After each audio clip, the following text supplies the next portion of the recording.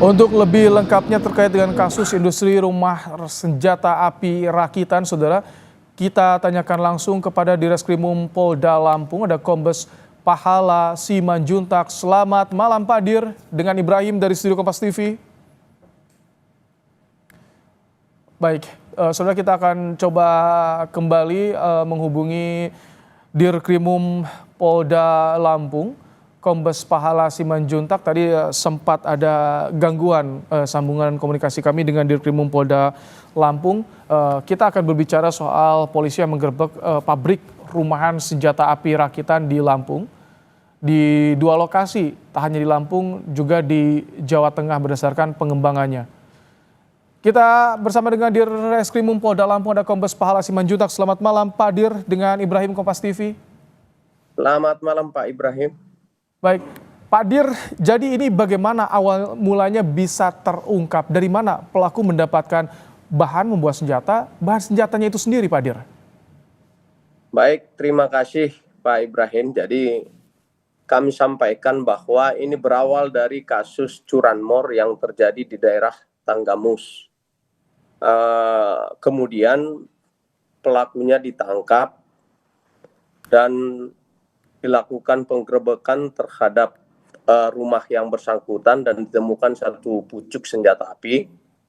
Kemudian dikembangkan, kita mengembangkan dari Polda dan juga didapatkan informasi bahwa senjata itu diperoleh dari inisial RS. Kemudian kita kembangkan lagi bahwa didapat informasi bahwa senjata dibeli dari seseorang. Dan kemudian kita cari orang itu memang masuk dalam DPO. Kemudian kita kembangkan terus untuk mencari tahu asal-usul dari senjata api itu. Dan kemudian kita dapat informasi bahwa senjata api itu didapatkan dari seseorang inisial A. Dan kemudian inisial A ini kita lakukan penggerebekan di daerah Bandar Lampung, atau tepatnya di Kecamatan Kemiling. Dan kemudian kita mendapatkan senjata api, ada 4 jenis atau 4 buah senjata api di dalam rumah itu, di dalam satu kamar. Dan kamar itu memang diperuntukkan untuk membuat senjata api. Itu mereka beroperasi sejak kapan Pak Dir yang membuat senjata api dan sudah diedarkan kemana saja? Baik, jadi untuk informasi yang kita dapat dari yang membuat itu bahwa mereka beroperasi, informasinya baru akhir 2023 yang lalu. Namun kita terus mendalami dan juga sudah ada yang mereka produksi atau mereka buat itu, sudah ada yang sudah terjual, ada 3 pucuk. Dan juga yang kita temukan kemarin itu di dalam rumah itu ada 4, itu masih sedang dalam proses. Artinya belum selesai atau belum bisa ditembakkan, tapi sudah hampir jadi gitu. Dari mana mereka dapat bahan baku, entah itu senjata airsoft gun ataupun senjata yang akan dirakit, termasuk juga ini karena ada temuan amunisinya Pak Dir? Baik, jadi untuk senjata itu memang yang inisial A ini di rumahnya itu pun ada di situ dibuat spanduk servis airsoft gun gitu.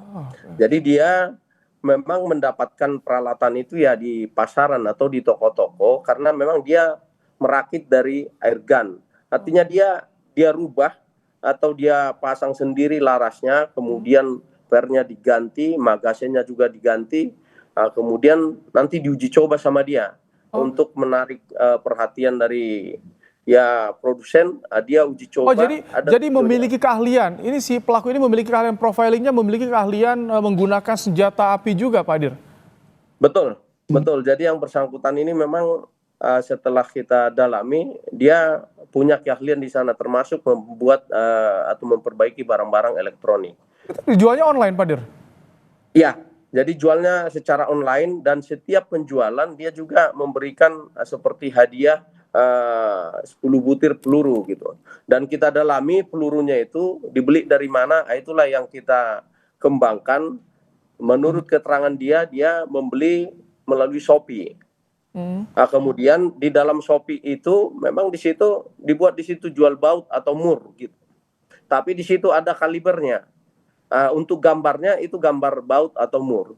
Tapi di situ ada kaliber 9 kali sekian milimeter gitu. Oh, baik, Pak Dir, kami mendapatkan informasi apakah betul salah satu pelaku termasuk dari Perbakin, anggota Perbakin, sehingga tahu betul menggunakan senjata.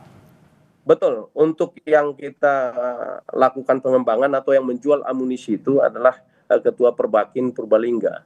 Oke, itu dibuktikan dengan adanya surat-surat atau keterangan kartu anggota atau seperti apa, Pak Dir? Betul, bahwa terkonfirmasi itu dari ada SK-nya dia gitu. Oke, jadi saat ini berapa pelaku lagi yang masih diburu oleh polisi, Pak Dir, terkait dengan produksi?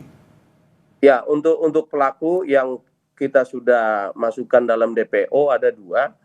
Kemudian kita masih sedang mendalami, ada informasi 2 lagi yang sudah sempat membeli dari si pelaku ini.